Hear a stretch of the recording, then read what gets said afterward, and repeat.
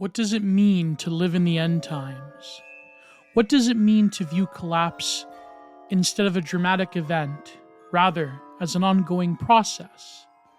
Today, on Content Minded, I am talking to an account that has brought Twitter posting into a form of poetics, a dark and terrifying poetics of the end time. Today, Trashworld citizen, who has gone by many names, such as Echo Autist and Linkola Mindset, discusses with me various elements of what he means by collapse, life in the digital age, and the prospects of a future without the global empire. Join us, because content is the thing that shall see us through on the darkest of dark nights.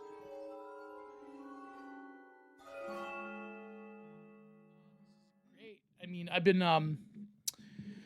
I finally got the ability to, start my own podcast. And I think you were, like one of the top names on my list. And I didn't know if you, quote unquote voice doxed, but then I managed to find, an interview you did back in 2018 with, Red Ice about, what was it about Parkland? Yeah. Yeah. What I've actually wondered where that was because I didn't have a copy of it saved. But yeah, I think it would have been, yeah, was it 2018? I think right when that happened. Yeah, I had to go to DuckDuckGo and go to the actual Red Ice website because all their YouTube got nuked, obviously. Right. And yeah, it was great. So for those who don't know, I usually I just have an intro at the beginning I record because I don't because when you record with an audience of mine when you're just recording between two people, it's awkward, you know. But Sure. yeah, but um so I'm struggling to should I just call you AGD Henry or Echo Autist or yeah, because you've gone by many names over the years. I have, yeah. I mean, you can call them any of those. It's all good. Like you could just, I mean, you could go by my current handle or yeah, you know, it's a. Well, we have to censor that out of YouTube actually. So I gotta take. Oh yeah, that's probably not. Yeah, probably shouldn't do that. Yeah. Yeah. I mean, yeah. Don't worry, I'll OPSEC it out. Don't worry about it. Alexander Zabrowski is fine, but I mean, you know, I've gone by Eco Autist, Trashworld Citizen. Like people will DM me were you this? And I was like, oh yeah, that was my name for a while. I've totally forgotten about it, but I switched it up every. Oh, go ahead. Well, yeah, Trashworld is what I mostly know you by. That's how I refer to you when I'm explaining people some of your tweets. So I think that's the one I had for the longest and kind of fit my eco persona or whatever, but yeah, it's all good. Whatever rolls off the tongue easiest is fine with me. Yeah, at Linkola Mindset, I remember that was. Yeah, I mean, I forgot even about that.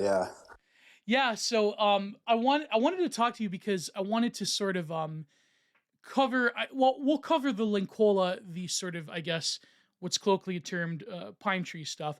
But I wanted to go over some of your most banger tweets, but also if you could give, because there really is no, okay, I remember when I first came to Twitter around the first frog Twitter wave.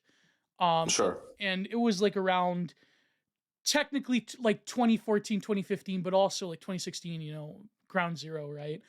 I remember you were one of the up and coming, very interesting posters, but had more of that sort of ecological bent.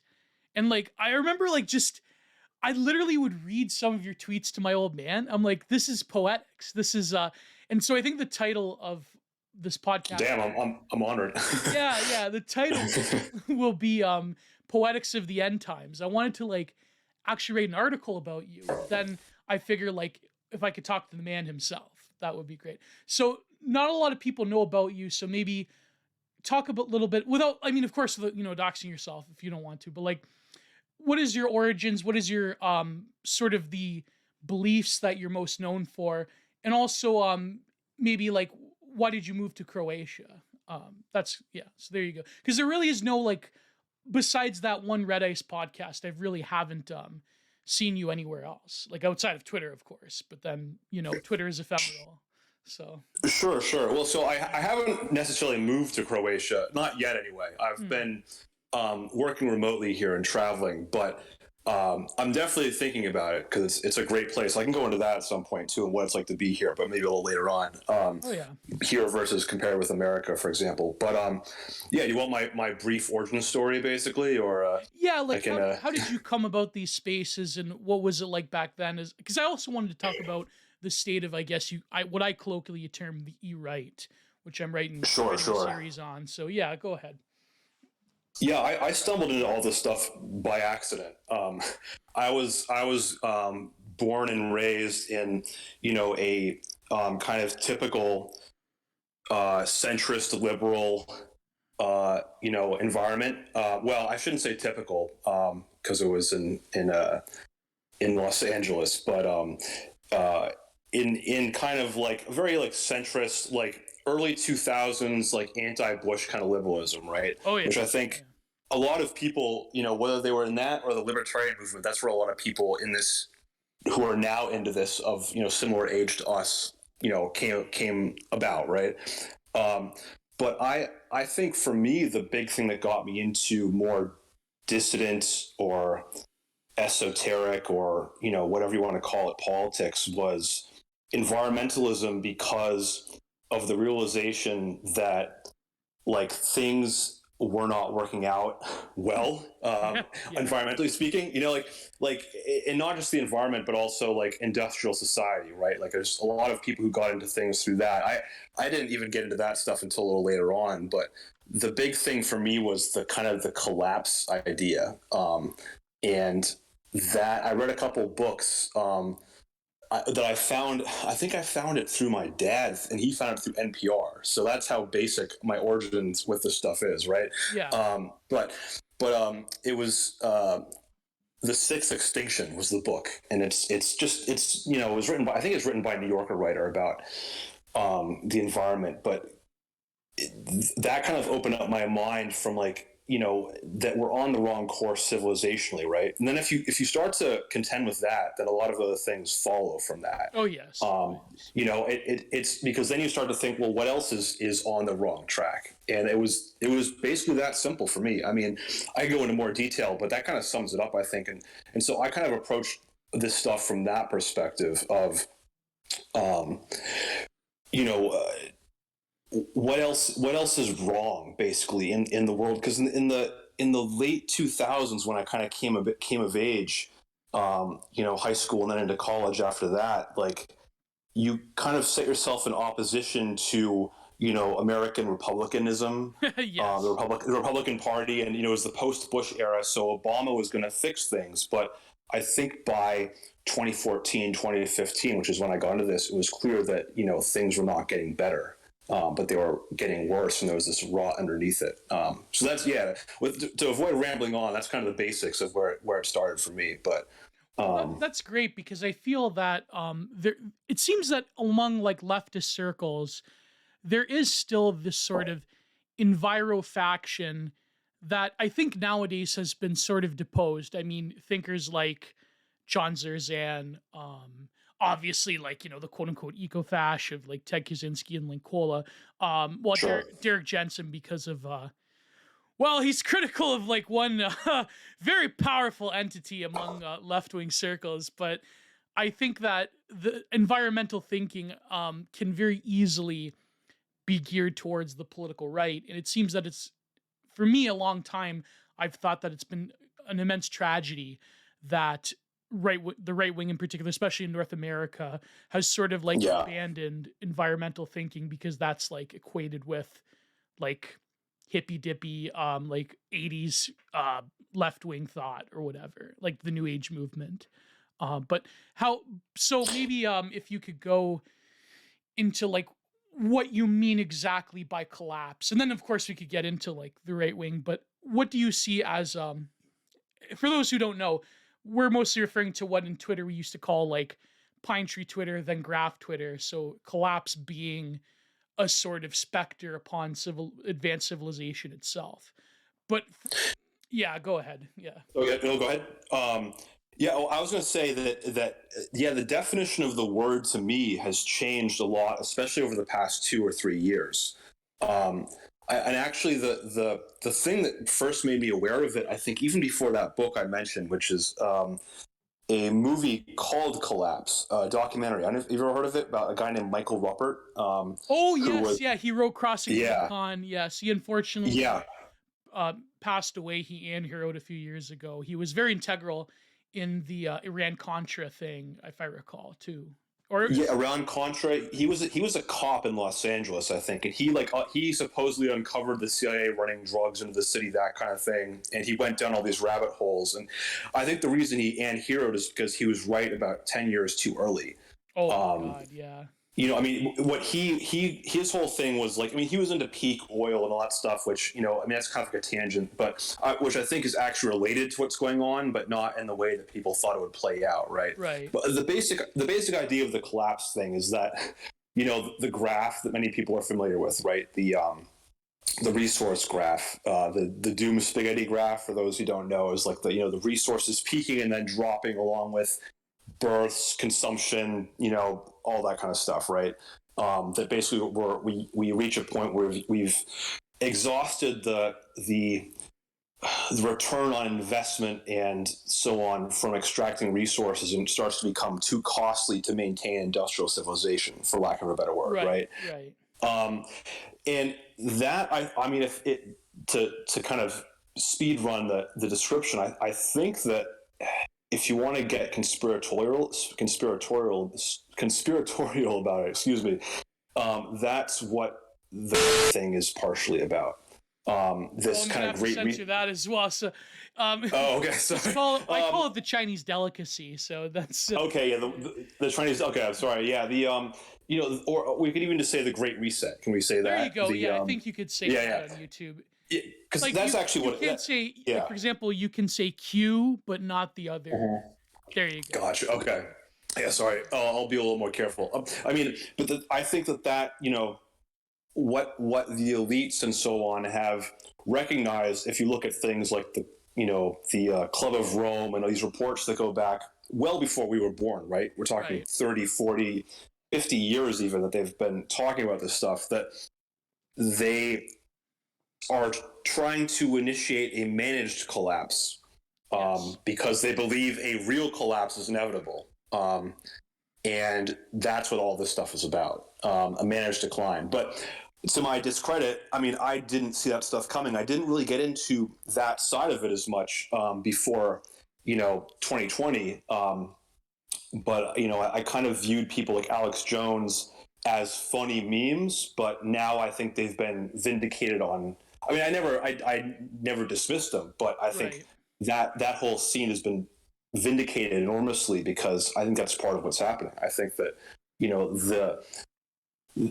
they were kind of one step ahead in a way, and they are trying to head off that collapse because they want to maintain a civilization that can still provide their exceptional level of living, right? Right. Yeah. And so Anyway. you think they're trying to get ahead of the collapse. Mm-hmm. And in a way, they're trying to preempt sort of the possibilities or the probabilities of it. But and not just that, but to set it off, to sort of accelerate it. In the idea being that if they are the ones who kind of set it off with all these these policies that have happened over the past couple of years, that they will be in control of the track the train goes down, I guess, and it won't run them over. Yeah, you had a tweet, yeah. I remember, about how, if I could find it, because I was like sprawling to find all of your caps, because unfortunately the Twitter Jannies have tried to clip you over the years numerous times. And you were talking about Elysium, how they were going to build. Oh yes, here it is. This is a banger, folks. Like this is what I mean by. Well, I'll ask you about the Poetics thing, but like, this is the year is 25,000. Overconsumption and third world overpopulation has driven 98% of life to extinction. All of humanity's labor and physical resources are devoted solely to maintaining an army of millions of drones that scourge the earth, hunting down anyone who makes a you-know-what joke. The inevitable endpoint of neoliberal techno-industrial capitalism Elites flee to Mars as Earth slowly becomes giant toxic waste dump, picked over by one race Morlock underclass. An elevator is built into space, upon which is hoisted humanity's last great aesthetic project, a moon-sized rainbow flag. That's amazing. When I hear stuff like that, I start to worry that I might be like willing it into existence by even describing it. There's that theory, right? But I mean, that's to me, like stuff like that, I would love to claim credit for. But I'm sure that I'm standing on the shoulders of many giants, both on Twitter and elsewhere. But to me, that's what a lot of this seems like it's geared towards, and it's why I'm even skeptical of. I'm cautiously optimistic about somebody like Musk, for example, but I don't trust most of these people as far as I could throw them, because I think they all have the same kind of,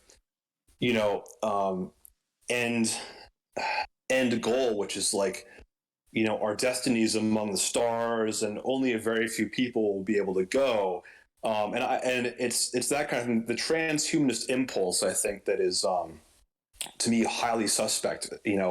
That they kind of want to escape this world. Right. And I mean, I think I probably wrote that, when getting out of the pool or something after doing laps, but just stuff like that. You think about it, and you're like, this is kind of what it boils down to, right? I mean, this is what these people are fixated on, I think, in a lot of cases. But you have a way of wordsmithing in tweets that I found. Thanks, man.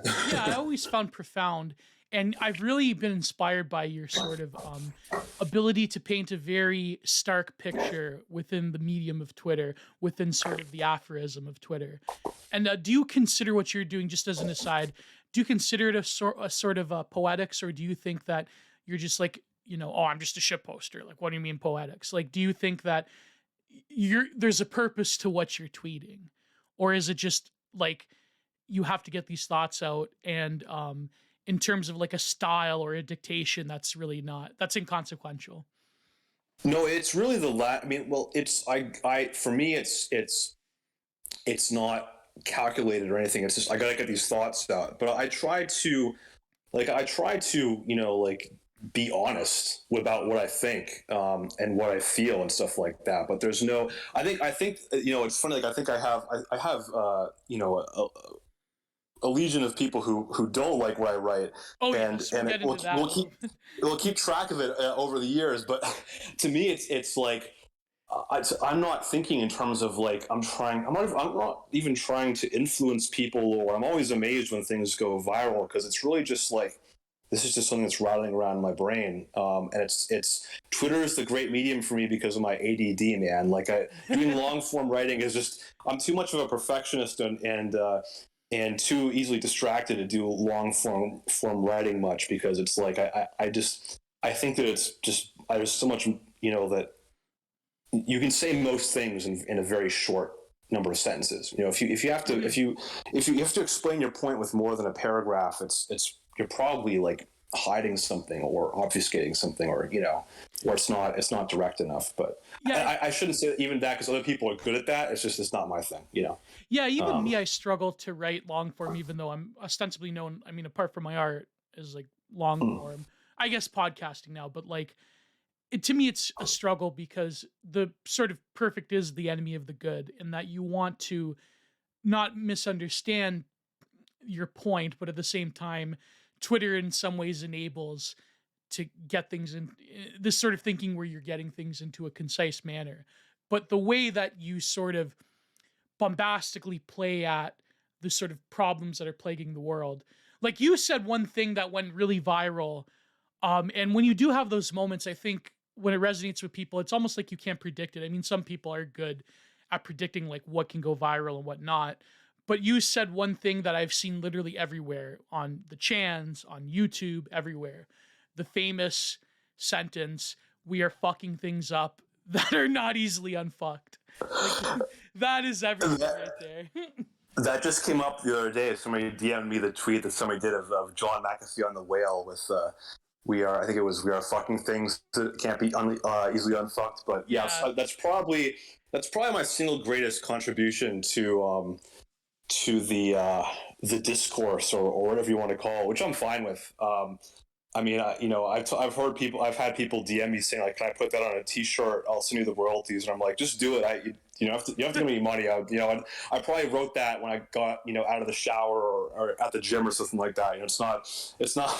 I didn't mean it to be some profound insight, and it's become kind of it's become a joke because it's very funny, and like I didn't mean it to be some deep statement, but there is like a truth to it, I think, that I probably stole it from somebody, I'm sure, from elsewhere, that like like what it doesn't take much to screw up things that take a very long time to heal, right? Yes. And it's not just the environment. I mean, you can look at what's happening to a lot of countries, demographically, culturally, values wise, the loss of family structures. All these things are so much harder to build than they are to destroy, and to rebuild.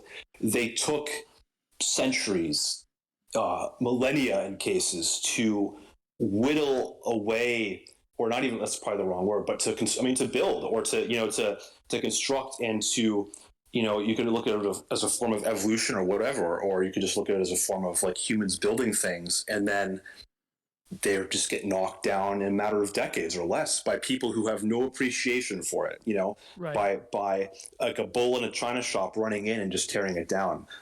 So I think it's one of those sentiments that applies to, sadly, applies to almost everything in 2022.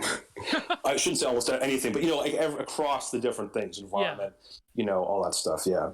It applies, I think, to, like you were saying, even human relations. I mean, this is very much Yeah.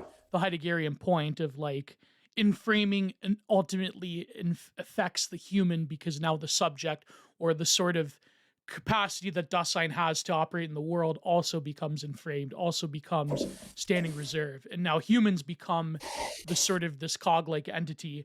And so a lot of your tweets, you talk about the sort of maximalization of, I guess, well, Heidegger, well, Agamben would say it's like bare life, but you're saying that the sort of like maximalist, like, I guess, like the reign of quantity is ultimately the metric by which we judge civilization. And that in itself is like a death blow, because there's so many tweets where you talk about like the sort of massification of, especially North America. The, like, I mean, some tweets are too spicy for even me to like say, but for example, there was this one where you said, I'm looking through them now.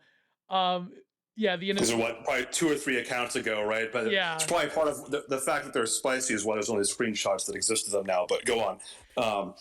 Sorry.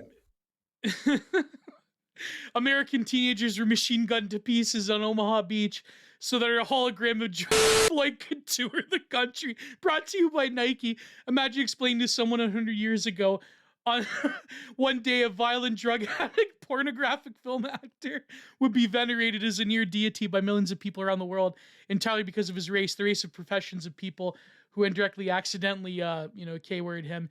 And then you were saying you had this one tweet about basically America speedrunning like every affective civilization, like all at once. Like for example, Castizo futurism is just a cope for when you realize you're living in a country that's going to turn into a big stagnant borderless favela with a population that's like 75% cholo. Actually, this is cool and good and what I wanted all along. So, I I think like before we get into the sort of third worldization of the West, really briefly, can you talk about like what? Not briefly, but like I'm actually more curious about. Can you talk about like your influences, both like online and offline, that you alluded to? You mentioned the environmental thing, which Sure. we'll get back to, but in terms of like your writing and your thinking, what are some of like the accounts when you first started that like you really found inspiration in? Well, I was lucky to get onto Twitter. Like I had my like quote unquote political awakening, which I don't even want to call it that because I find like the left right dichotomy is just incredibly tiresome, right? Like it's so much more complicated than that. But I guess I could say I stopped being a centrist shitlib around 2014, 2015, or early end of 2014, basically. And I I can't remember what prompted me to make a Twitter account in the first place, but I happened just to come around when like the whole frog Twitter thing was just starting. Yeah. Like I remember DMing with, I had more followers than BAP at that point. That's how long Oh ago my we're talking. God. Yeah, I know, Whoa. isn't that crazy? Like, so we're talking the early days. I was just lucky to be like, I was in the periphery of it. I wasn't even thinking like that I would ever get any kind of following. Like, I to this day, I don't understand why I have more than 20, like 50 followers. Yeah, It me still neither. amazes me. But Yeah. I mean, it's really one of those things where I'm like, damn, people like this stuff, like, or people, not even that, people like relate to it, which is great. But no, I think I definitely was highly influenced by, of course, BAP, the whole frog Twitter scene, Mena, um, Yes. Yes.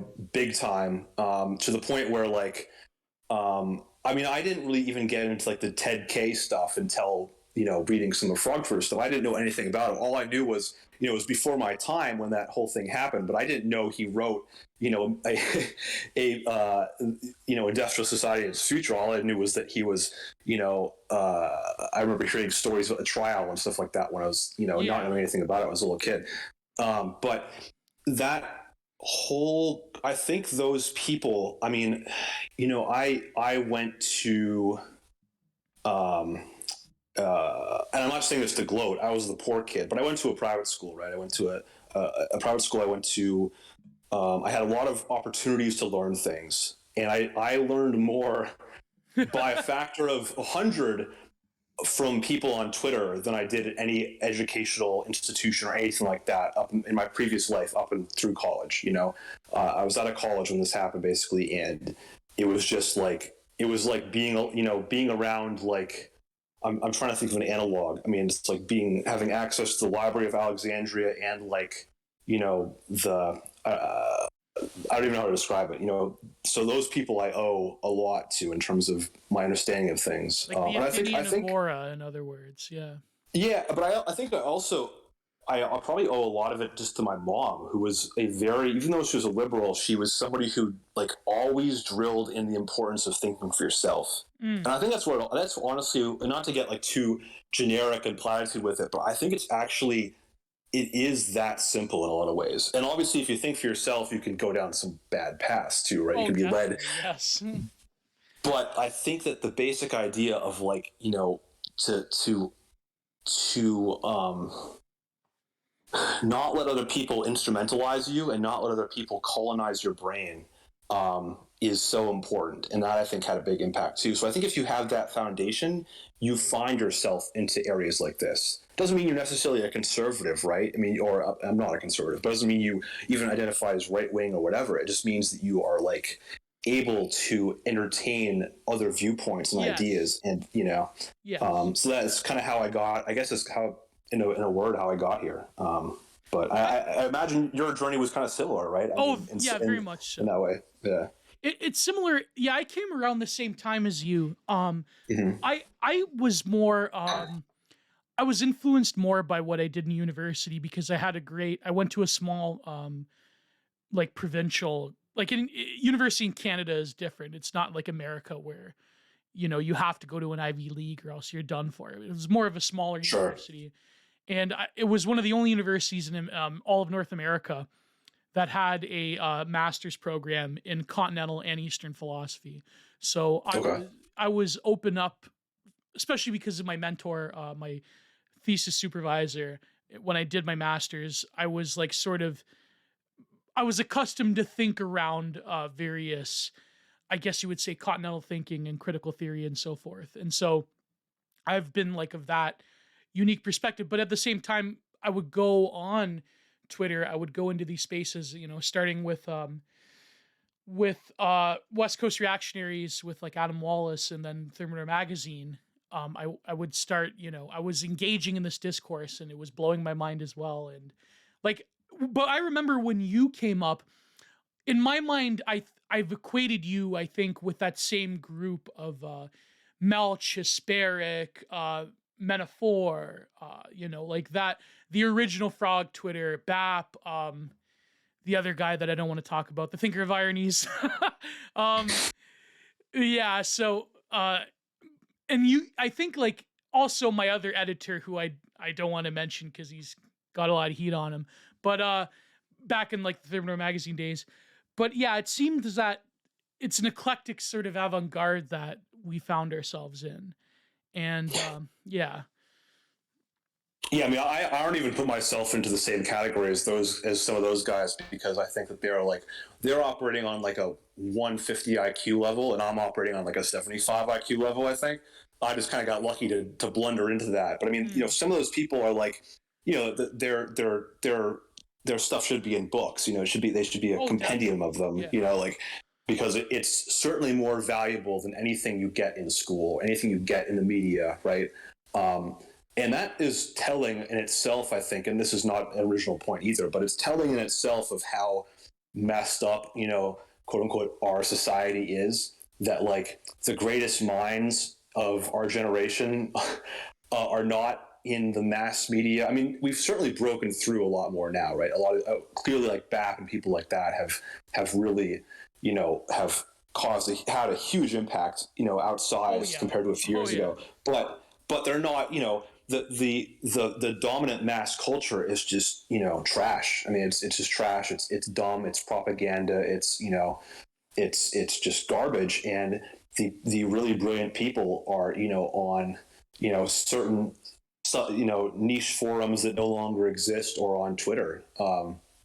And I'm not just saying that because I agree with them a lot of things. Like, I think, you can tell by the fact that like there's, people on the left and, these kind of heterodox thinkers like your Greenwalds and your Tracys and your, that whole crowd, right? Yeah. Who are kind of, who are reading, this stuff too, that it's not even just an ideological thing. They recognize that like, this is like where the like actual people who are interested in some kind of truth are, right? And they're not the people that I went to high school with who are now working at Business Insider or whatever.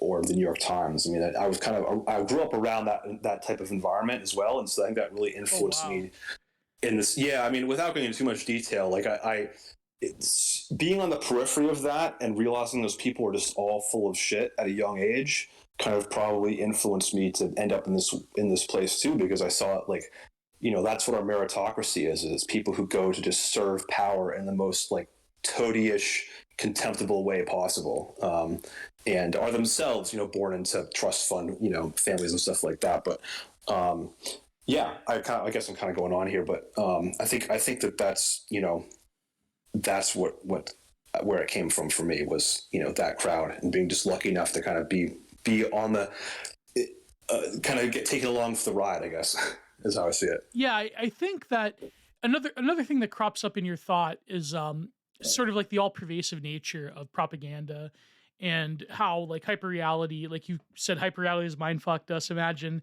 if 100 years ago someone would see like I think it was again about Saint Floyd, but it seems that there is in your thinking there is sort of like a metaphysical illness that is hanging upon Western civilization and discourse itself, and there really is like, absolutely like you said it once. I couldn't find the tweet because all these memories lost like tears in the rain. It was like six accounts ago. It was six accounts ago. It was the tweet where you said that the only thing that like some kind of weird alien hybrid species in the future will find of our era is nothing but a sedimentary layer of plastic in the soil. And it's like, that will be the defining character. And then it's funny because other people who are extremely online have gone on to do work in that regard. Like, for example, I consider one of the greatest thinkers of our time to be Chad Haig. And I was watching this guy on YouTube in like 2013. And he's great. Yeah. And so I think like the Pine Tree Twitter and the sort of graph Twitter, like I know there was like me and you, there was like Storm King and Borzoi, and Chad Haig was like in the background. He was never on Twitter. But what do you think nowadays of the sort of pushback that you get that this is unrealistic? Or now I'm seeing in the sort of right wing, they sort of like the pine tree thing is gone by the wayside, and now people are embracing some kind of like nuclear generated utopianism? Or how do you even address the charge that, this is all just conspiracy theory, this is quote unquote contard thinking? And like, it seems that I've seen over the years everyone level this criticism on you in particular, but also like people in these circles, that either it's conspiracy or it's not realistic or so forth. Like, how do you like navigate those criticisms? Well, this kind of dovetails into what we were saying before, but I think the pine tree thing kind of evaporated right in the beginning of 2020. And the reason, in part, was it was vindicated. I really think that, I think that I think a big part of what this is about is, and it's not just the environmental aspect, right? But it's a lot of things. It's resources, it's the collapse of the industrial worker base and industrial production in the West and in America and stuff like that, right? And the redundancy, the fact that tens of millions of people have, in the eyes of the elites, been rendered useless eaters basically. And so all this kind of factors in. But I think at the end of the day, like, it was right. It was vindicated on a whole lot of things. And this is, putting aside the underlying, other issues that are ongoing, like plastics in people's bloodstreams, and the decline in sperm counts, and the mutations in people being, it's all still there, right? Yeah. But I do believe that, like, the quote, the Great Reset is about the elites trying to take the reins of in a way, it's kind of almost like they agreed, or not even. But it's actually, it's kind of like, it makes me feel second guess a lot of things I've thought, right? But I think that, like, they've talked about things like turning a lot of the earth into like a national park, effectively, right? The people will be confined to these cities, and you'll have vast green areas around them, right?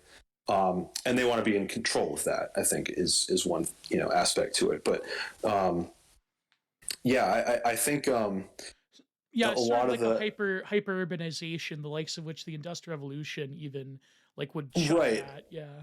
and that also kind of fits into what you were talking about, the hyper reality thing, right? I think that the industrialization, the Industrial Revolution is beaten out in terms of impact on humanity by one other thing, and that's the rise of like mass visual media. Yes. I think that's changed the way people live more than the Industrial Revolution has, because it's changed their minds. Like, it's completely colonized people's brains, right?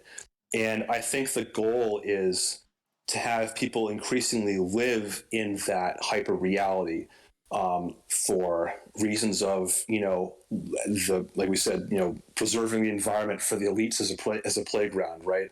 For confining people to cities, like, it kind of goes into that Great Reset agenda, I think. And even as I say this, I know it sounds a little conspiratorial, but I think we can all agree at this point that Alex Jones has been vindicated. And those people have been vindicated about a lot of this stuff, and it's kind of, I guess, it remains to see how it'll play out. But I think that they want people to live in the metaverse and in their apartments, and It's almost like, I remember one person describing, it may have been you actually on Twitter, that said that Singapore is like the model because you just have work and you have your little pod box, and that becomes the whole of your being. And there really is no such thing as community. There is just a human stockyard, in other words, of productivity plus entertainment that is felt visually and psychically. And in a way, it makes perfect sense. It's almost like when Baudrillard talks about how America is pure fiction being and everything's on its surface. Everything is like ready and apparent and ready to grab in terms of like the Hollywoodization of reality, because it makes perfect sense to have people as worker cogs and live in hyper, like, sort of these megapod cities. And then any sort of human affect or meaning or entertainment is washed away in a virtuality, because any activity in physical meat space is too costly if the environment itself is going awry. And instead of giving up on the whole which is impossible. Like in some ways, the whole project of civilization itself, the way that we know it, it's much better to just confine people into a stockyard like existence, because the outside world can quote unquote recuperate into like a global national park for the citizens of the world, right? So Yeah, that's a pretty great summation, I think, of it. I mean, it's I haven't been to Singapore, but I have been to mainland China, and it scared the shit out of me. yeah. Like, going to these cities and seeing, I shouldn't even put it that dramatically, but I remember being really struck by, like, I haven't even been to Shanghai or Beijing. I've only been to the second tier cities, Chengdu, Xi'an, Chongqing, cities. Like, there's this kind of famous, or I've heard this phrase before, there's like cities in China of 15 million people that nobody's ever heard of, and they're just second tier cities. They're the size of Los Angeles, right? And you go, and the air tastes like battery acid, and it's just these Lung gray. cancer is like the common cold. Yeah. Yeah, and these gray, and I was there, pre 2020. I was there a while ago, but gray apartment blocks swing off as far as the eye can see, and you see these videos coming out of there, now, with people screaming in their apartments, right, which may or may not be a psyop, who knows? But that, I think, is.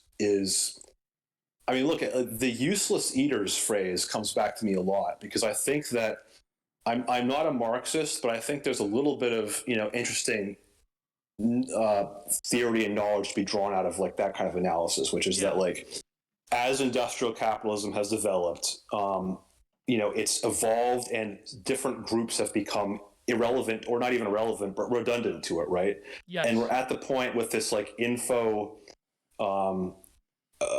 economy future. Somebody made a great point recently about how, like, automation hasn't really proceeded the way people thought. That, like, the manual labor, the post-industrial, the post scarcity luxury space communism thing, right? Was supposed to be like, glorious G Slayer luxury space communism. Yeah. Yeah, it was going to be the Wall-E spaceship, right? And that you wouldn't have to work anymore. You wouldn't have to do manual labor, because that would all be automated away, and you could you could do whatever you want with your time, right? You wouldn't have to like. Yeah, like what Marx said, you could go to fishing in the day, read some philosophy in the evening, go to a lecture series. Yeah. Right. I mean, and instead, kind of the opposite has happened. Like, what's happening, AI is automating away. Like, sure, we have robots and stuff, right? But AI is rapidly getting rid of like white collar jobs, and getting rid of, like, it's doing the thinking for people. But you still have to have an Uber delivery driver. You still have to have a plumber. You still have to have all those people who will do this. They'll only be employees of global megacorp. They'll be servants to that, but the need for human beings to do the dirty jobs hasn't necessarily gone away. But what has happened is, increasingly and rapidly, just within the past, I think within the decade, like, we're seeing how the machine has developed a mind of its own in terms of directing people. The algorithms direct people what to do and where to go and what to think, and that is, I don't think, something that a lot of people, certainly some people, foresaw, but I think a lot of people thought, it was going to be, you'd be free to think for yourself and you wouldn't have to do anything, right? But it's kind of been the opposite. You still have to do shit, but you're not free to think for yourself. Yeah. Yeah. There was like that brief cultural moment in the early 2000s and the 90s where I remember Sam Criss, and I know, he's a lib and he's one of these Chapo people, but he's a brilliant writer. He's a brilliant writer. And he wrote this review of the new Matrix, being like, itself a postmodern pastiche of what it is. Like what Baudrillard said, that the Matrix is something the Matrix would come up with. And he was saying about how there was this. We're talking the newest Matrix. The newest one, right? Yeah. I didn't see. I only saw parts of it, but it was pretty ghastly. Yeah. He was saying how there was this brief cultural moment where the predominant like dominator culture was critiquing itself. There are films and books that did a better job of it, like American Psycho, Existence, anything by Cronenberg at the time, Videodrome. Sure. Even I would say the indie sci-fi film Screamers is kind of like industrial capitalism goes exoplanet, and then all of a sudden you have like corporate mercenaries like fighting and nuking each other, and they're building like terrible robots to wipe each other out. But the man who I think foresaw this at this period, and he's such a hideous little toady, like just bug man right now. But the Dilbert series, the Scott Adams animated series, they had a film where an AI realizes itself as a computer company, and how like along the industrial chain, this is back in like 2001, every single thing is automated to the point where they're just subletting, like, for example, human resources or complaint departments. They're subletting it to other corporations that don't know what's going on up the chain. And it's like a way of AI masking itself through like mass automation and connecting different systems together, which at the end was like kind of like a jokey, Scott Adams thing, but like it is sophisticated to the extent that we can think about these things. And I guess it leads into the other question of like, when you're thinking about AI sort of like realizing itself in this like literal Morlock world, what would you say of like the bifurcation between the right wing or rather I would say dissident thought, not just the right, but like, let's say dissident thought divided between the sort of quasi-romanticism and holism of environmental thinking, and like, Nick Land, our acceleration, exo-humanity type of thing. Because if the Industrial Revolution was brought about to serve the needs of the human, but now is to the point where this other outside force is like being serviced rather than the human qua human, it's like, what does that mean? And like, how can we, like, how do you grapple with that as being someone of the more like enviro side of it? Because the graph itself is like, has this weird mythology around it where it was developed, I think, in the 70s by some like data scientist, and like nobody knows its like true origins. So yeah. Is it the Doom graph? Well, I think that was the Doom graph. That was developed by was it the Club of Rome? I think, right? They commissioned that. Limits to Growth, right? I don't know if the graph exactly came out of that, but I think that was the kind of stuff that influenced people like Schwab, and for example, right, and all these folks. I think that was the catalyst, but. The accelerationist transhumanist stuff, and like I said, to me, like the left-right distinction is kind of like way too arbitrary and whatever, but I don't see that as being right-wing, because to me, right-wingism is something, it's something tradition. It's about tradition and like what human beings are, right? Yes. Like we are like, I mean, I believe we're created by God, and I believe that, I'm a Christian, but I don't see wanting to upload your consciousness to the cloud or become one with the machines to be any. I think that's the ultimate progressive ideal. I think that that's the opposite of whatever I believe in. I mean, I'm not, and I don't mean to antagonize people who are, maybe futurists or whatever. And I'm not saying I'm a strict, back to the Shire, Return. Bilbo Baggins, exactly. Yeah. But I definitely see that as much more my thing, because otherwise, like, what are we? Like I'm not a Luddite. I'm not like. I mean, clearly, I'm doing this. We're doing this podcast, and I have a Twitter account, and I tweet from my. I specifically have an old iPhone because I don't want to update every 2 years, but you're anti-technology, yet you use technology, curious, right? Yeah. But I don't think you can embrace those things and be a quote unquote right winger, because you eventually will be led down the same path. I mean, I think it's a force of nature. I think technique is like, it has a mind of its own, right? Yes. Like, I mean, and it's what matters. It's what comes first, or it's what, it's the politics or your ideology are irrelevant in the face of it. I think is kind of my take, and I could be wrong. I mean, who knows? But I think that like, technology makes people gay, basically, is my overall take, and that it doesn't really matter what you think you're going to use it for, because eventually it will use you, right? Right. And It's ceding your own capacity to it. In tech, yeah, and and I Lulu think talks about this. Yeah.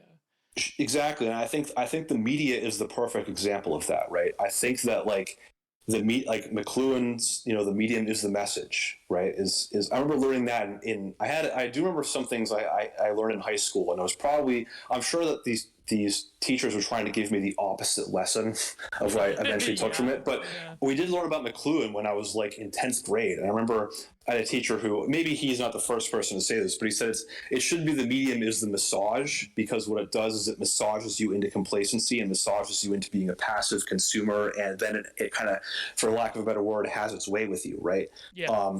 And so that applies to media, it applies to technology. Like it doesn't matter why you're doing something, it matters that you're doing it. And so if you're plugged into all these things, it doesn't matter that you're doing it to become based and red pilled, because it's going to eventually have the opposite effect, is my, kind of what I subscribe to. And I say that as I hit send tweet on my, my iPhone and use technology. Yeah. I mean, we're all guilty of it, right? But yeah, That's what the pushback I've experienced. I think like it's warranted of serious discussion in the sense that it's a valid pushback, I think. I mean, when I get it, yeah. Sorry, go ahead.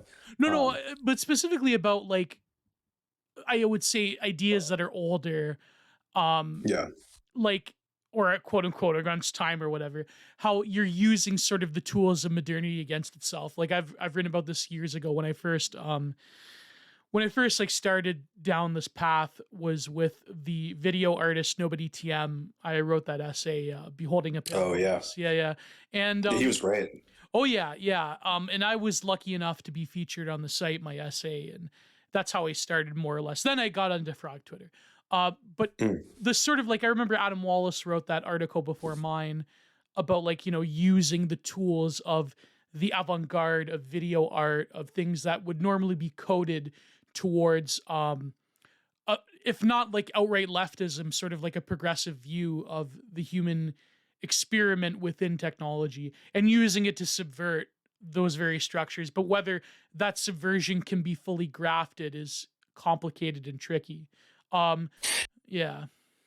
Yeah, I think actually you make a good point, which is you can do it, right? And I think of people like David Lynch or Tarkovsky, Yes. or Bresson or Carl Theodor Dreyer, right? Like, so I'm thinking of my favorite directors, and like, or even Kubrick, who's a little bit more ambivalent, but like you can use the weapons. There is a part of the hero's journey where you can use the enemy's weapons against it, right? Well, I think that those, when he did film, that would be a good example. Yeah.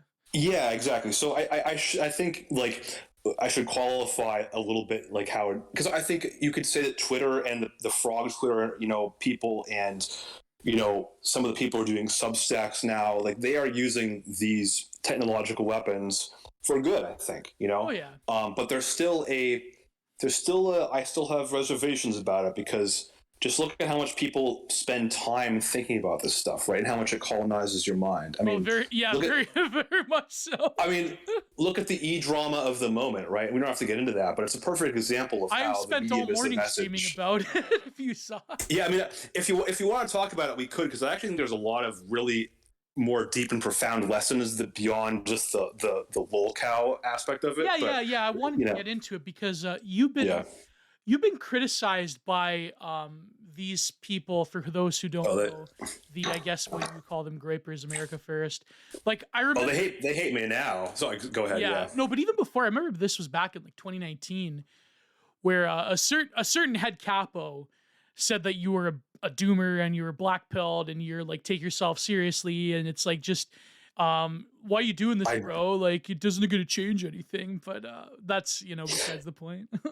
That's the most the one I take the most offense at is that I take myself seriously, because I really don't. I think I come across that way, and it's unintentional. Like I said before, I think I have an IQ of 75, and probably dropping after my stroke I had a couple days ago, where I passed out. I told you about that, doing sprints. That's why we're a day late recording this. But I don't take myself seriously. But I think that, like, I mean, if you want me to give my take on that whole thing, like, go ahead. This floor is yours. it goes back to the medium is the message, right? Right. And talking with people about the kind of the implosion of this thing, and for people who don't know what we're talking about, this thing is the whole America First, movement, whatever. It's like it doesn't matter what you're doing. The fact that matters is you're doing it entirely online, and like it's a parasocial relationship, right? With these streamers, and it gives people a sense of belonging and a sense that they are part of some movement in like two senses of the word, like not just the political movement, but that they're like themselves like doing something and advancing towards a goal, right? Yes. And they're not they haven't accomplished anything except to total Aryan victory. Well, but not just, and I don't mean like I'm not trying to talk. I'm not like I think that the certain figures, without even naming names, there's certain figures in positions of power who are cynical, if not insane, malignant narcissists, and who used people for their own purposes and their own self-aggrandizement, right? But these younger guys, and this is what I meant with about the broader point, like these younger guys who some of them aren't actually are old enough to know better in some cases, but I think that they don't know better because they don't have. I mean, look, I'm I don't want to psychoanalyze, but I think in a lot of cases it's not having a strong father figure, it's not having older brothers, it's not having a network of in real life friends to tell you, yo, dude, like let's go do something else besides like watch streams every night. Like you got to have like. I think it's. I guess what I'm trying to say is, I think it's a real indictment of like the state of like American youth, like how America is failing its younger people, and I say younger because they're not much younger than me, but like if you only get into this like super online parasocial shit if you just don't have other things going on in your life, because ideally you shouldn't have time to watch this shit. Like there's other things to do, I mean, like even Twitter is a time suck, and at least, but it's more of a two-way relationship than watching somebody play video games and talk about the same things, same political issues every night. Like it's just, I don't know. I think that the fact that there's people getting sucked into that is not, it doesn't speak to a healthy society. And go ahead. Yeah, sorry, yeah. No, that's my broader point. I think I thought about it being here in Croatia.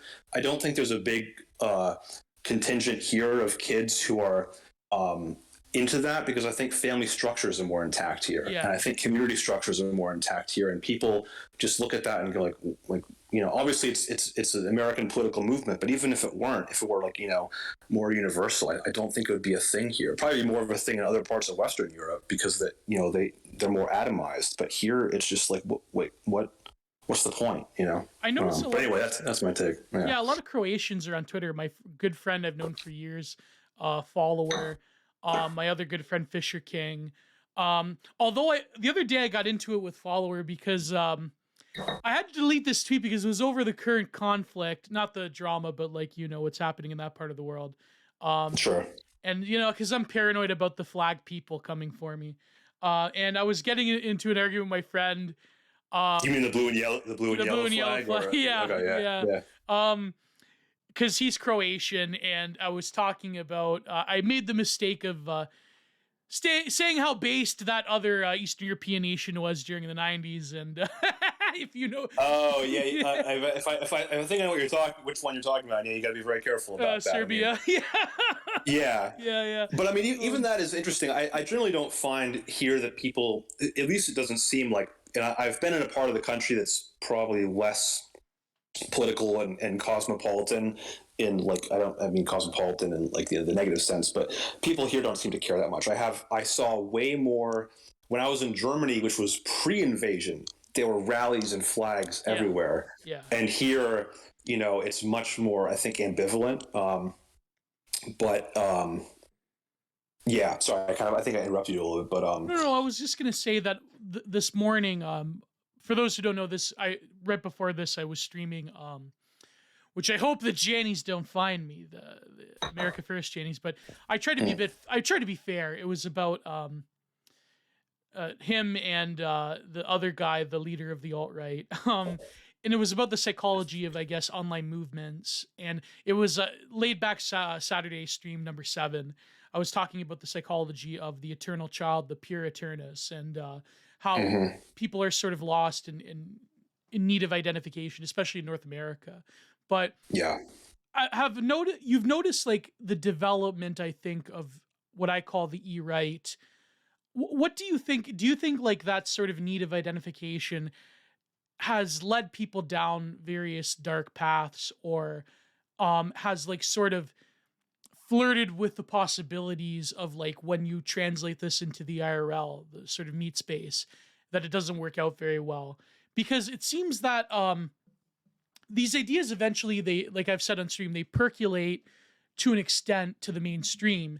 But when you try to force it by creating a quote unquote movement, I think that there's huge pitfalls. And like, what has been your observation of how things have developed from Frog Twitter onwards? Like, for example, how is BAP having got into certain dramas with certain terrible people, if you know who?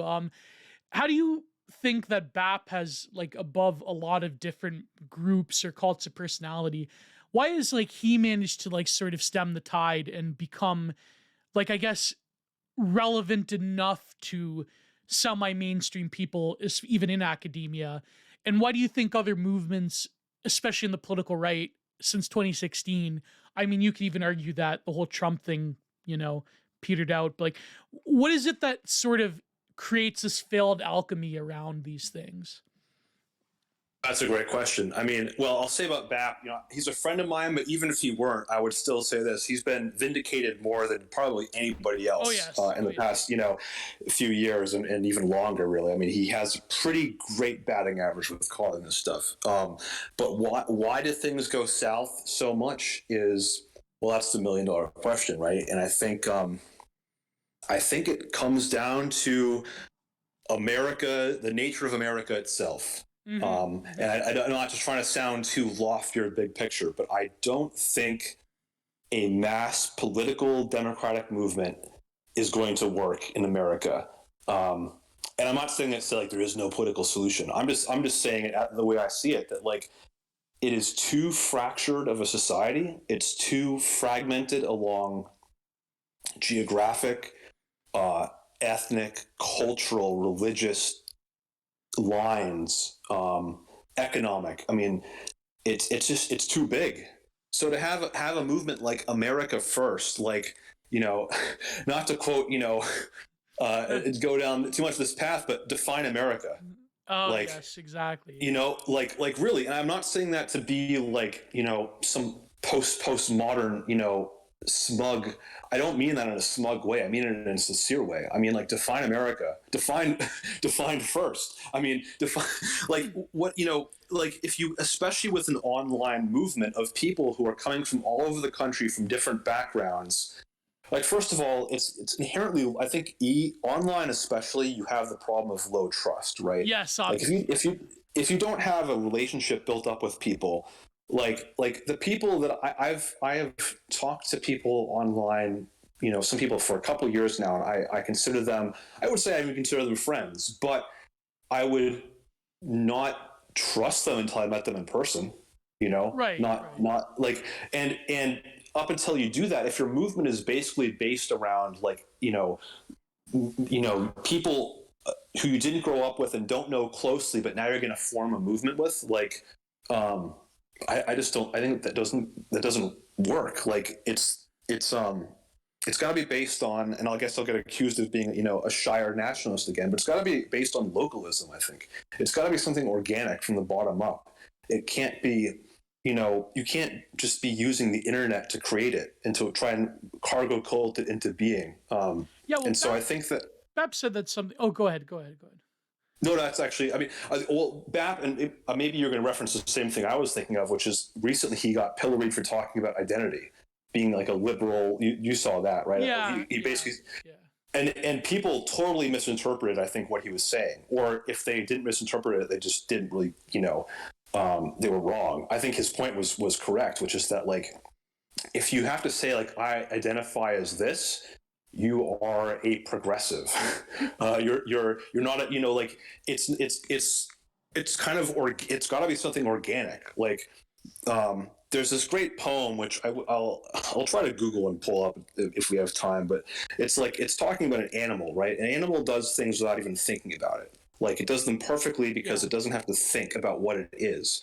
If you have to say like, well, I want to belong to this group, or I belong to this, or now I'm a this or that, groiper or whatever, like I'm like you're George Lincoln Rockwell, but not like not and yeah, yeah. I mean, Americana kitsch. Yeah, well, they exist in the shadow of liberals. Like, look at you when your bio on Twitter is like, America First Groiper, this, that. Like, just put pronouns in there. It's the same. It's the same thing. I mean, it's not the same thing, but it's on the spectrum of like you are defining yourself and like trying to belong to a group, but it's not you. yeah. Like, To be like fair though, like to be fair, totally. I think that BAP has inspired a lot of like copycats that are similar to that as well. That like are either outright grifters or like don't get it or like use the yeah, but aesthetic. they're not political though. I mean, yeah, No, oh, no, yeah, yeah. there's tons of clones, most of whom I don't really mind because like if they're trying to sell something, okay, but they're not trying to get somebody to go and sign up or go go in front of a microphone and be an edgelord and get themselves rendered unemployable. Yeah, like right? Rawhide Nationalist, he's a good friend of mine, and Yeah, he's great. He's great. what Like, he is doing I though love those guys. Yeah. is something different than I think just like selling you something. I think that what he's doing is that he truly does want to cultivate a sort of like general wellness, but unfortunately I think that everything like just because of the environment we live in nowadays, it's like you can see where you could turn that into a self-help project. Not to say that Rayek does this, because when you read Man's World, there's like serious academic work that is going into it. I put my visual essay in there with a bunch of paintings, but like there's people writing about like thinkers that are long forgotten.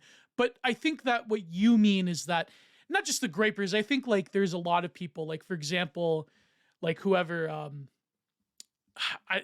not to name people, but I guess that there's a hyper identification with the group that you have to like shill almost, like you have to put yourself in a little box, So Yeah, I mean, look, people are lost and adrift in modernity, right? So, like, people want to belong to something. It's entirely understandable, and it's a healthy thing in a certain way, but then it can be directed towards unhealthy things, right? It can be used. You can be instrumentalized by a malignant narcissist who wants to gas himself up.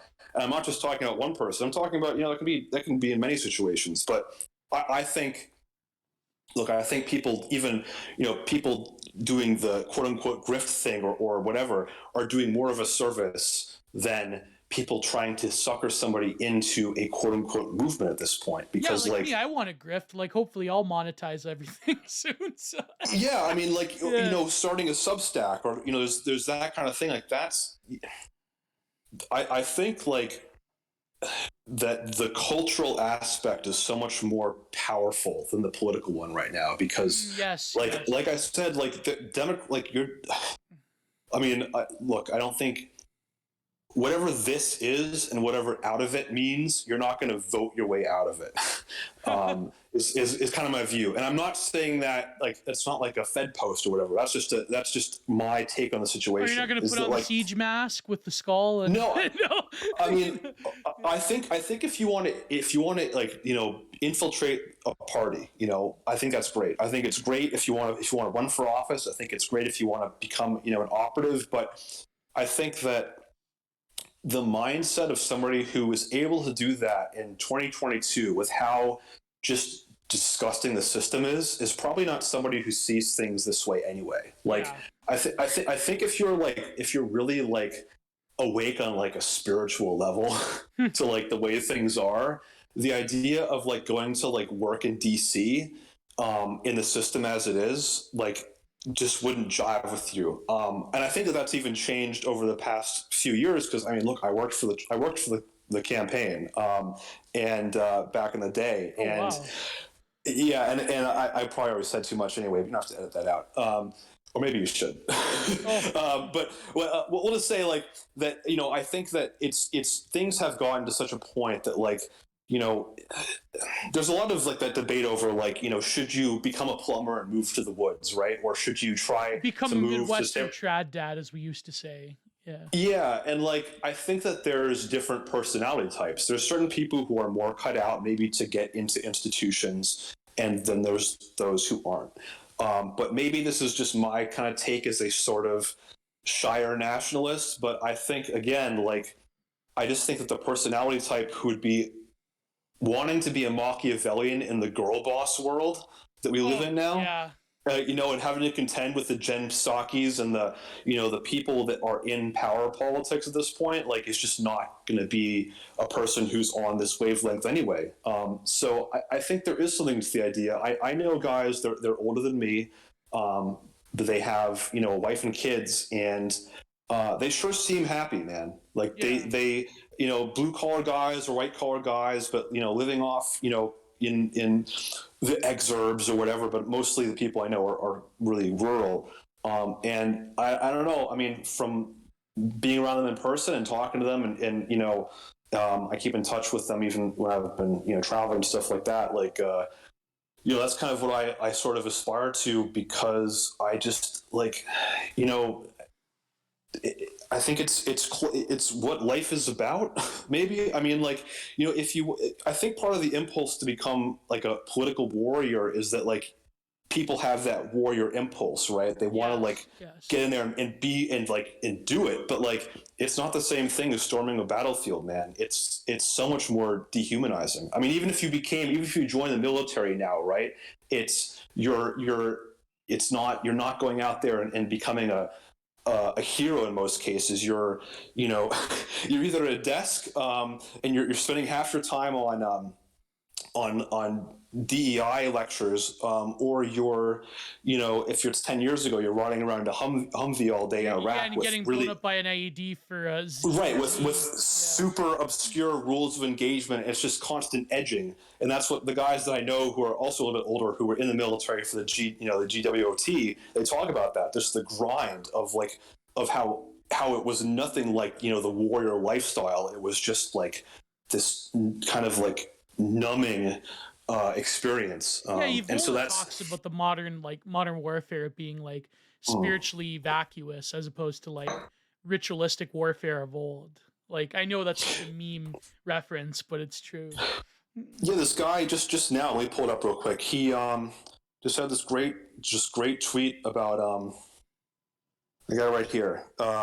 Kartoshka's his name is aesthetic. Yeah, I saw that. Yeah. I think you commented. Yeah, reading about medieval warfare against the backdrop of. Can I say the name of the country, or we got to be careful about that?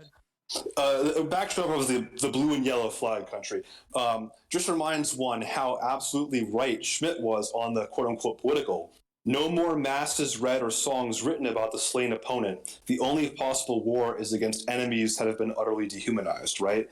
I mean, that goes back to the start of industrial warfare, kind of with World War I in a way, right? Although there was still kind of some aspect of like honor back then. But you have to dehumanize the enemy, hun, because that's. But now we're so much further. Yeah. Now we're at the the they them in the cargo trailer in the Nevada desert piloting the joystick to drone strike the wedding party. She doesn't have no tolerance. For, that article. She doesn't have tolerance for whiny men.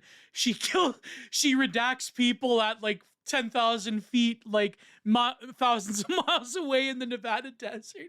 The girl boss. Is that a real article or yes, parody? It's a real article. I honestly don't even know. Yeah, of course it is. Yeah, yeah. No, I mean it's disgusting. I mean, that's what like. The bloodlust, the liberal bloodlust now for war is an entirely mechanized, war they're completely separated from. That's why they're cheering this on. They love it because it's not. There's no blood and guts involved except on the TV, on the screen, on the wall, right? But even to them, it's not like anybody they know is going to get blown up. It's war porn. Fourth order mediation. It's like a simulation. Like they'll send like people where you're at. Like they'll send Croatians and Polish people into the meat grinder, but when it comes to like even like within America, the most like coastal city people, like the average, like the people that are actually on frontline infantry, like numerically most people in the American military come from California, but those are like the pogues and like the intelligence people. When it comes to actual grunts like frontline infantry, the vast majority of them come from one, Alabama, and two, Texas. I don't think the average blue check cares about those people. Like, you know. No, they're actually, and they're quite happy that those people are going off. I mean, you know, Appalachia and the South, right? I mean, that's where the warrior class is. Yeah. I mean, such as it remains. I don't even know, because like the military guys I know are older than me, and they were fighting in Afghanistan and Iraq, right? Like, are people still signing up from like, you know, like, I don't know. I think recruitment's from West dropped Virginia? off. Yeah.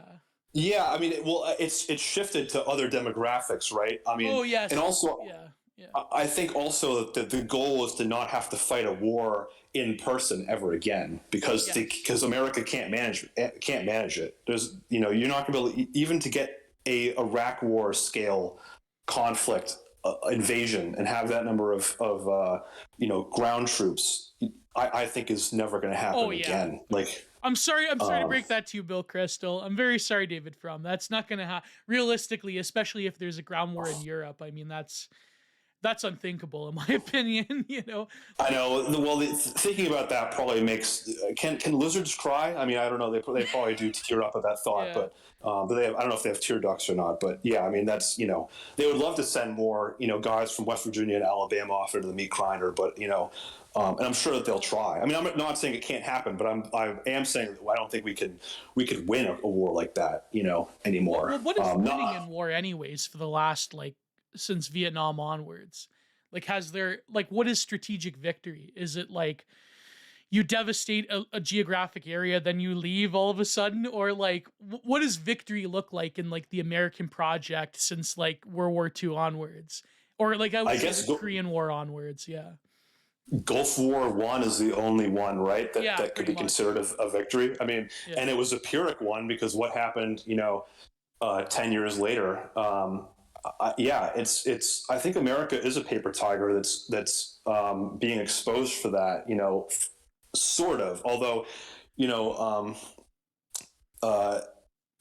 Niccolo, fisted by Foucault, has good for Niccolo Salo.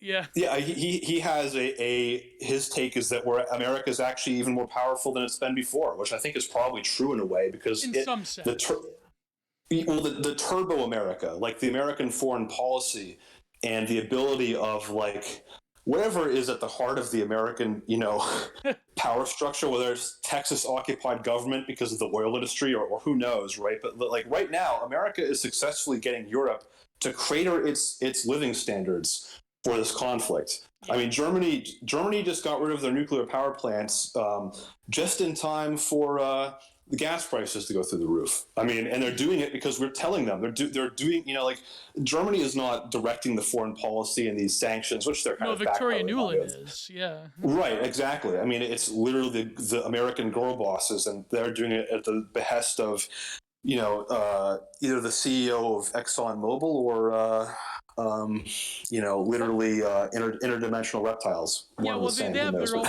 ancestral hatred there of the certain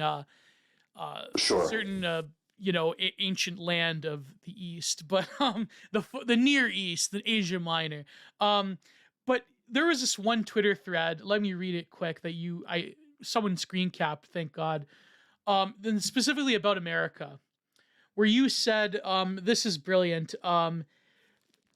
Both the US and Europe facing demographic, cultural, and spiritual crises, but Europeans at least dwell in place worth preserving. Walk around most cities and towns, and you see man-made beauty in America. So you see man-made beauty. In America, you see mostly man-made ugliness, or rural natural beauty that just hasn't been spoiled yet. America has no big advantage over Europe. Well, sorry, America has two big advantages over Europe: gun rights and free speech. But these things are as reliable as the paper they are written on. They can be undone with the stroke of a pen, and most likely they will when conservative boomer electorate bulwark starts dying off en masse. American problems are structural, intrinsic, So much of the country is unlivable on a human level. Everything is built for the car, but not built to last, so that a natural landscape is wantonly destroyed for nothing. Most urban areas really do look like some variation of Breezewood. And finally, this is the best one. Can't believe a country founded basically on the idea of greed, consumption, and revolution has turned into an ugly, sprawlingly hyper-capitalist G-slur disco strip mall. Yeah, that was brilliant. I really don't get why people call me a doomer. Like, I don't know, I don't know where that comes from. But I mean, that actually kind of like is something I've been thinking about a lot here. I think what makes America great is like the opposite of what makes Europe great. And it's that America is not, Europe is a society and America isn't. Yeah, that's what Poetics said. Yeah. Like we live, like the "we live in a society" meme was a psyop to get Americans to distracted from the fact that they actually don't live in a society. They live in a marketplace, and they live in. But what made America great was the frontier, the wide open spaces, right? That you can always get away from people that piss you off, and you can go out there and make your own way. You can be your own man. You can start, you can build your own log cabin on 20 acres or 50 acres or, that kind of thing. And there's something great about that. Like, there is something really legitimately, I think, like, I guess Faustian or I don't know. Even Spanglish said Faustian, man. That's like it was ultimate resting place was America, if I recall. So yeah. Yeah, I mean, but it's a double-edged sword, right? Right. What the flip side of that is that like it's nothing was built for I mean, not nothing. I shouldn't say that's a huge oversimplification, but community life. Especially when a vast majority of America was really kind of settled and really built upon, was post-war, especially the West and the Sun Belt and places like that, right? Nothing is built to the scale for actual like human interaction. Like it's all built for being away from people, except now you can't get away from people because there's too many people. So you live in a box in the Inland Empire or in the Central Valley or, in the suburbs of Houston or what have you, right? But it's not a society. Like, whereas Europe has the problem of you live on top of each other in a sense in a lot of places, right? And even though you live on top of history as well. And you live on top of history. I mean, Europe is much more like planned out. And like, so in a place like Croatia, and a lot of Europe is like this too, right? You have the city where you have a lot of density, and then you leave the city and it's just, there's nothing. Like it's just wide open spaces and it's farms, and it's done intentionally.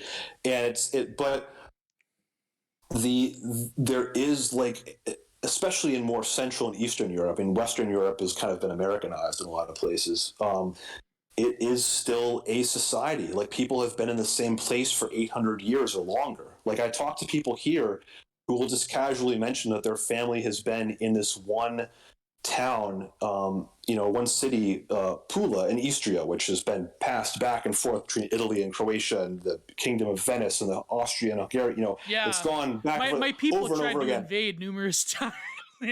Oh yeah, I mean, but those people, this guy I'm talking to, he has a restaurant, right? He's like, yeah, my family's been here regardless for 1,000 years, and they can just trace it back, right? And so they are tied to that spot. Yeah. Whereas America, people are mobile, they move around, especially in the past 100 years, and sure, people are mobile here too, but more or less, yeah. It's a throwaway society. Nothing is built to last. Like that's the other thing. I mean, things are built like just and it's gotten worse. Like you see the shift to like the cardboard cutout Starbucks, and you got the mall, the strip mall always has a Five Guys, a Starbucks, and it's always the same thing in every town, right?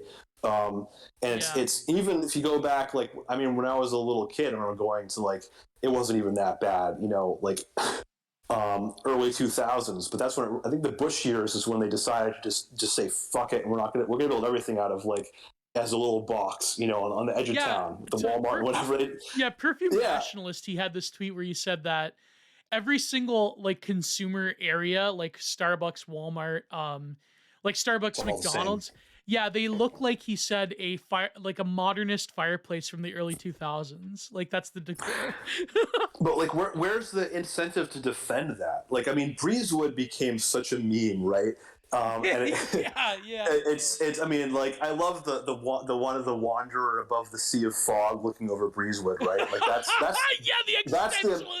Yeah. yeah, that's the American Faustian spirit right there. But the problem is, like, that's the reality, man. Like, if you want to live in America in like a place that's conducive to like raising a family and like, you know, being in like a community, your options are increasingly limited. Like, and they always were ever since the suburban shift, but of course it's getting worse. I think with atomization and whatever and so forth. But like, you got to move to like a college town. You got to move to like, you know, a ski resort town, and Yeah. guess what? It's insanely expensive. Or it's invaded by leftoid hipsters. Like Right, exactly. I mean, there's dwindlingly few options. You know, I mean, I have family kind of flung all over the country. My family is very mobile, not my generation, but my parents' generation. And so I've kind of spent a lot of time in very different corners of the country, but it's all the same, and the same social forces are also impacting all these places, right? So like, that's the other thing. I mean, and you know, not to go into stuff that people already know, but like, the American social fabric of like the middle and lower classes has been torn apart in a way it hasn't been in Europe, to nearly the same degree. England, it has. England has been heavily deindustrialized. Canada, but Canada probably not even as bad as America. I mean, I remember going to. We lived through, like, we came relatively unscathed out of the housing crisis. So yeah. Well, yeah, because now your prices just will never go down again. Apparently. Oh yeah, we're fucked. Yeah, we're done for. But like, I mean, I you know, you're the expert in Canada, but I drove through. I did a road trip through Alberta and British Columbia a couple years ago. It was awesome. I met up with some friends. I didn't realize how cold it would be, so I went to Banff National Park and I was in my van camping out in like minus 10-degree weather. It was awesome. But yeah. Alberta, like I was visiting a friend in Calgary, and I drove through a little bit of I guess I think it was it was Alberta or Saskatchewan. I can't remember, but like it was like going back in time to me. Like I felt like I was, you know, it was kind of a very much Midwestern vibe, like Minnesota. Yes, very much so, yeah. If you go to places like that, you know, the Great Plains, you are going back in time. Like things are not nearly as bad in some places, even the rural areas, because if they weren't like, you know, heavily industrialized to begin with, they didn't get screwed as bad by NAFTA, right? If there were farming areas, they're not quite as badly off. Like where I live in Ontario, I live a few like minutes away from Niagara Falls. Like we were the industrial that area of Canada, and like we were decimated. Like we're basically just a bedroom like retirement community, more or less. But I mean, you can even see the difference between Niagara Falls, Ontario, and Niagara Falls, New York. Right? Definitely. Yeah, no comparison. Yeah. One has got, you know, kitschy like tourist stuff, and one looks like a nuke went off. Like we're getting there though. We are getting there. Oh really? Tourism, it's getting worse. It's getting worse as tourism gets decimated, as people really can't live near Toronto or in Toronto, like because of housing and the way things are, and like foreign money. It's getting progressively worse, but not like on the same level as Niagara Falls, New York. That is like, that'll take a few years more. I mean, yeah. But you're on the same trend line, is what you're saying. Yeah, definitely. Yeah. Homelessness has gone up like a lot. Yeah. Like that itself is, you know. But you were saying you were driving through Alberta and it was like going back in time in some ways. Yeah. Yeah, I mean, it was very much like, you know, I mean, every people in these little towns, you know, they looked healthier than people in American small towns for sure. Not as healthy as people do here. I mean, it's a whole different thing here. I mean, and I'll say this, like I've been in Croatia now for over, I guess, 2 months. I don't think I've seen a homeless person yet. I'm trying to think if I have, maybe in Zagreb. Maybe like one, but or maybe like a gypsy. Yeah, different. Like the Zingara. They're I should have called them that. The Zingara. Oh yeah, no. I mean, I mean, and actually, they're not even really homeless. They usually go back to like a huge house. They get picked up by like a Mercedes at the end of the day, and they go back to the clan. But my point being that, like, you know, just to speak to like how society has here has not collapsed to the same degree to where I grew up. I grew up in Los Angeles, and where I grew up was in an area now where the housing prices have probably tripled. Unfortunately, I haven't benefited from that, but Well, you grew up in Los Angeles when it was like literally a hellhole in America. Like, yeah. I grew up right before it dropped off the edge. Oh, really? Yeah. Right before. So it happened like right after high school, basically for me. So in this past decade is when things really shit the bed. But my point being, like, where I grew up now, like, and used to, ride my bike as a little kid, is now just tent city. And it's not like downtown LA. That's like West LA. Yeah. Yeah. And so it's a collapsing society. It's a Latin American model, right? You go to Sao Paulo and that's what you see. You have shanty towns, then you have people living in houses that sell for $100 million. I mean, you'll get those prices in Sao Paulo, but you do in Los Angeles. Yeah, like my mother, like my mother's side, my maternal side, they're all from Calabria, and but yet all of them since World War One at least have, like, most of them have been expats to Brazil. So my mother was born and raised in Sao Paulo, but when she was born and raised in Sao Paulo in the 60s and 70s, before she came here in 72, like, things were like totally different under the military junta. Like, the Sao Paulo now is like, my cousins there, like, they tell me like it's getting worse, and it was like a little bit better when Bolsonaro took over, but now that, like, I think people want Lula again, it's like, oh man, it's terrible. Like, it's the third worldization is another thing, I guess, another persistent theme in your work. And you mentioned that tweet about Castizo futurism. I know it's just a meme, and like, I'm friends with a lot of those guys, but like, what do you see of, like, I guess, like, America First, they tried to like deal with this a little bit. Like, what do you see about, like, the sort of demographic trends within North America and sort of like the quote unquote favela or third worldization of like North America in particular? Is there any way out of it? Like, or is it done for? Like, one tweet, I think, like, illustrative of this that you said, this was back in the AGD Henry days when your handle was Ross Al Gucci Mane. I totally even forgot. Yeah. Sorry, go on. So this tweet, so many different accounts. Oh man, I know. But this tweet, it summarized what you were saying. You don't see people who spend a lot of time in nature supporting mass immigration. It's mostly an urbanite idea because they're already gotten used to living like rats and see no problem debasing themselves further and stuffing as many people in their nation as possible. They're spiritual rodents. Like, oh, and this was actually capped in iFunny. So this was shared around iFunny, this cap. Yeah, I mean, well, first of all, I want to make clear, all for the Castizo. Like, I'm not anti-Castizo or anything like that. Like, I think Castizo futurism is a funny, like, meme, right? Yeah, it's funny. Yeah. But I mean, there's few things I have more contempt for than the 1 billion Americans people. Like, Matty Iglesias. In Canada, we have our own guy. This Simmons guy, I think his name is, like, he's a total, again, another spiritual rodent, but you go ahead. Yeah, there's that Cato Institute guy, Alex Nausrat. I don't even care how to pronounce his last name. But there's some guy also, like, on the libertarian side, they're for it too in America, right? Yeah. And I have to be careful to say nothing that'll get me banned, but let's just say, like, I would love for them to meet, like, some wild zoo animals, and put it that way. Like, I'm really, like, I really think, like, they are the worst of the worst, because, like, it reveals such a hatred for, like, the real world, for the natural world, itself, for life itself, for the basics of human community and civilization. You just want to stuff more people in to make big line go up for GDP. Like, it's the most, like, anti-human. And of course, it's couched in, like, human rights, and we're going to bring people. But, like, let people, and actually, and I mean this sincerely, I want to save those immigrants from becoming Americanized. Yeah, like, like, seriously, like, I think they are better off in a lot of cases where they are. Like, and I'm not just saying that because it's self-serving. But I that's racist. Don't you understand? That's terribly racist. Oh I'm not God. anti-immigrant. I'm not anti. I would do the same thing if I was in their spot, right? But I am Oh yeah. Yeah. anti-immigration. But I mean, then again, this just comes to the problem of Americas. Like, unfortunately, in the founding documents, things weren't really spelled out very clearly. So it's unfortunate.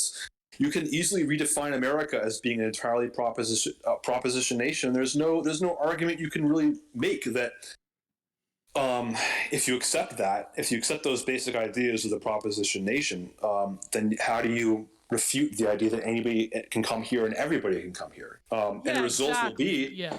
you pave over everything. And I could see it from where I grew up, because I mean, like, LA is the prototypical American suburban sprawl city, right? I mean, it's at least the area it expanded into wasn't like some beautiful, you know, it's the desert, right? I mean, like, a lot of Yeah. the suburbs of LA went into areas that were kind of dusty and shitty to begin with. Like the Inland Empire is the New Jersey of Los Angeles, basically, and it was no great loss to fill it with ticky tack suburban homes, but it's just like that ideology is so repulsive to me, man. Like, Well, it's like the massification of being ultimately.